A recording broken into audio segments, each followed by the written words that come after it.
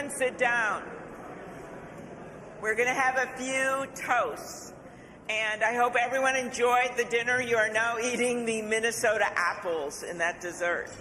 At this time, I'd like to invite Leader Steve Scalise of Louisiana and Leader Hakeem Jeffries of New York for the presentation of the flags to the President and the Vice President.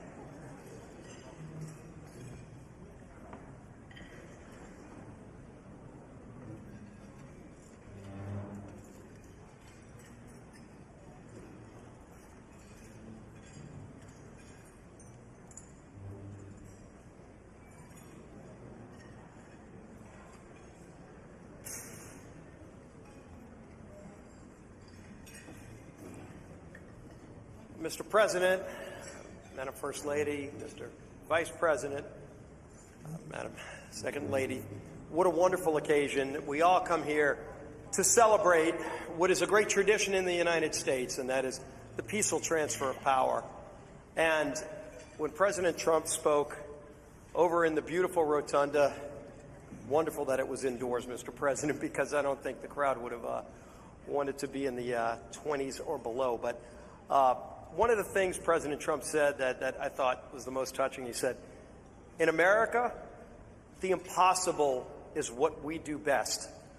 And I think that epitomizes the spirit when you think about this room, this statuary hall, and you look at some of the statues. Thomas Edison, he did the impossible. Elon Musk, I'm not sure if Elon's still here. Elon does some of those things himself. But you look at somebody like Rosa Parks, and she did something that many would have said couldn't be done with just a simple gesture of saying, I'm not going to sit in the back of the bus. And so the impossible is what we do in America. And President Trump said something else. He said, our golden age has just begun. America's ready for another golden age. Mr. President, we present to you these flags that were flown over the United States Capitol at full mast in honor of being sworn in as President of the United States.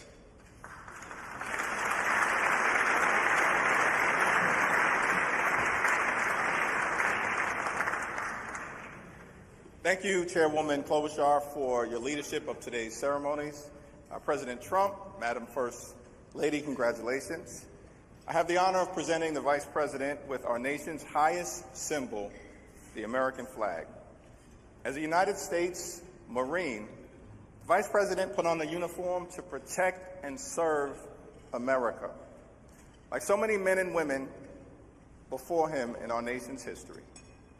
Old Glory was adopted in wartime by the Second Continental Congress in 1777.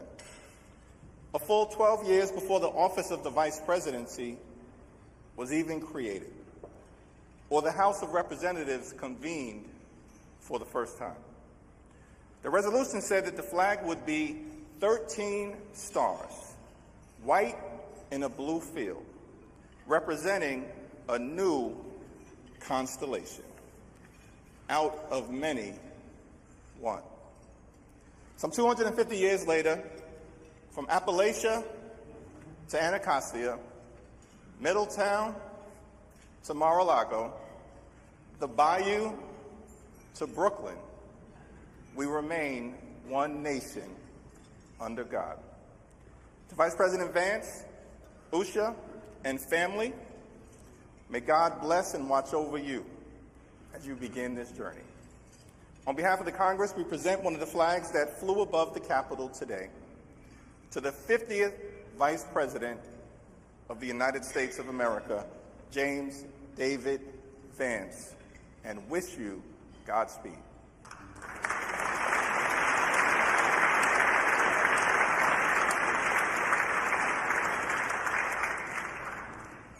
Thank you, Leaders Scalise and Jeffries. I now ask my friend Senator Deb Fischer of Nebraska, as in the beef you had for the entree, who has been an excellent partner in planning today's events, to come up and present the inaugural photographs. Well, my thanks to Chair Klobuchar for putting together and putting together again in the last 2 days the 60th inaugural ceremony here at the United States Capitol. Amy did a wonderful job along with all of the committee, all of our staffs, in order for this to come together and be a very memorable experience. It is a tradition that the committee give our new President and First Lady, our Vice President, and Mrs. Vance the official photographs taken at the swearing-in ceremony. And so it is such an honor to be able to have those presented to you. I hope you will display them with pride, with honor, and with a humbleness that I know you will carry with you every single day that you serve the people of this country. May God bless you all.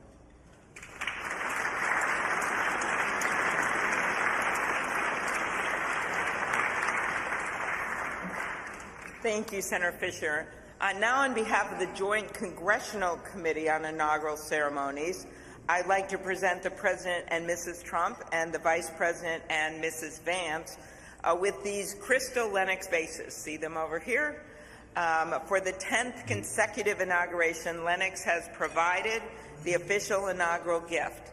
The hand-cut etched vases display the White House for the President and the U.S. Capitol for the Vice President, because I know that he is going to enjoy not only being the Vice President, but also, as Senator Thune and Schumer know, the President of the United States Senate, and there's no better job than that.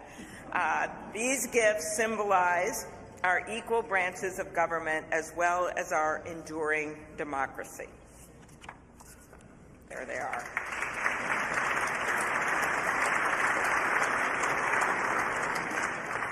I will now invite Speaker of the House, Mike Johnson of Louisiana, to give the toast to the Vice President.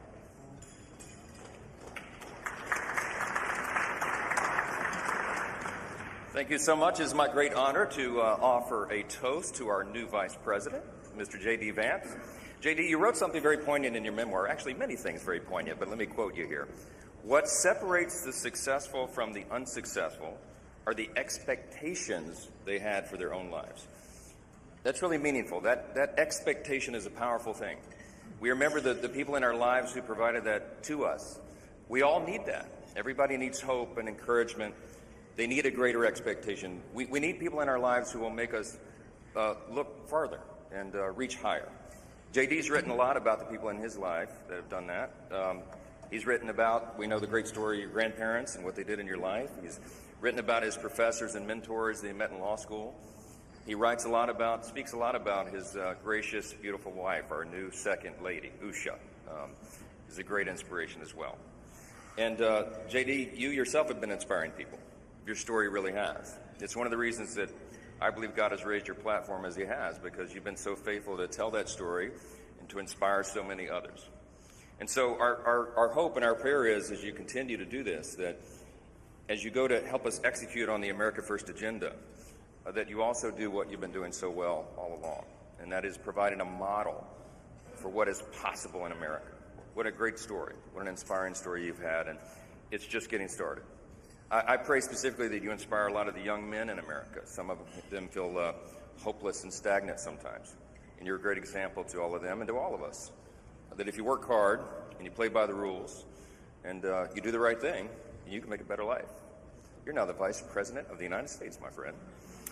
So everyone, will you please join me in raising a glass to our own mentors, the people who inspired all of us, to the possibilities of our own future, to these great new horizons. What a perfect choice this was for the painting, the artwork today, and to the great example of our new Vice President, Mr. J.D. Vance.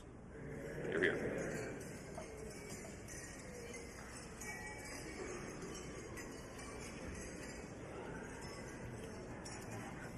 Thank you, Speaker Johnson and Vice President Vance. I will now invite my senator next door in the state of South Dakota, Senate Majority Leader John Thune, to give the toast for the President.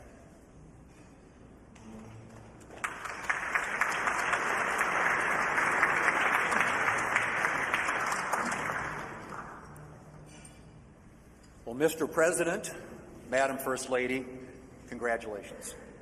It is an honor for all of us to be able to be here today with you on this historic day as we celebrate your inauguration. Mr. President, one of the most important influences in my life when I was getting started in politics was Ronald Reagan. His philosophy of limited government, his belief in peace through strength, the strength of his convictions, were all things that appealed to me. But I was also drawn by his optimism and by his belief in America. And Mr. President, those are qualities that I see in you. One of the things that resonated throughout your campaign was the unshakable belief in our country and in her citizens. You remind us of everything that's possible in America. I'm looking forward to working with you over the next 4 years to build up our great country. It says in the scriptures that if you ask for wisdom, it will be given to you and given to you generously. And so I pray, and our prayer is, that God will richly bless you in the years ahead and grant you not only strength, but wisdom. And ladies and gentlemen, I ask you to join me in raising a glass to the President of the United States, President Donald Trump. Hear, hear.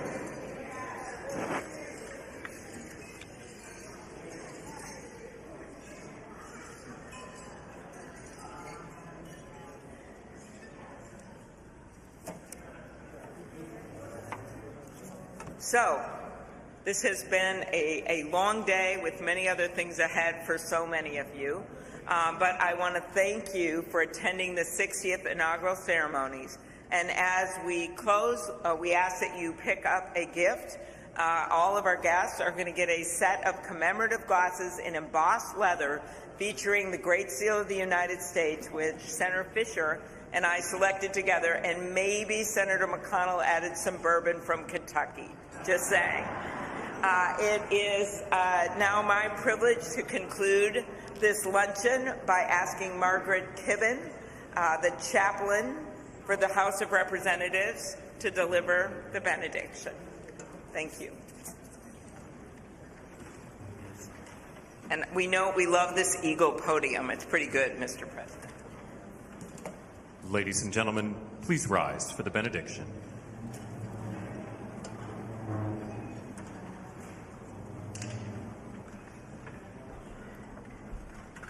Would you pray with me? Holy and merciful God, having witnessed another successful moment in the experiment that you have entrusted into the hands of the American people, we pray your blessing on our 47th President of these United States, Donald J. Trump, and Vice President James D. Vance. Ensure that this mantle of singular responsibility that you have laid upon our President's shoulders remains secure in your will and safeguarded in your keeping. Uphold him as he preserves, protects, and defends the Constitution to the best of his abilities, relying on your divine help. God of power and might, grace and mercy, grant that your spirit of counsel has access to the President's heart to search it, to his mind to examine it, to his will to test it, that his faithfulness would bear witness to your truth. Surround him with angels and advisors who will serve as your agents to guide and guard him, caution and encourage him to remain upright and blameless in your sight. Buckle the belt of truth around his waist. Place the breastplate of righteousness over his heart. Fit his feet with readiness, that your gospel of wisdom and justice will shine forth throughout President Trump's administration. We offer this prayer to the one whose voice we follow, to guide all that we do and all that we hope for. Amen. Ladies and gentlemen, please be seated. Please remain at your seats as President Trump, Vice President Vance, the Joint Congressional Committee on Inaugural Ceremonies, and the official party depart National Statuary Hall.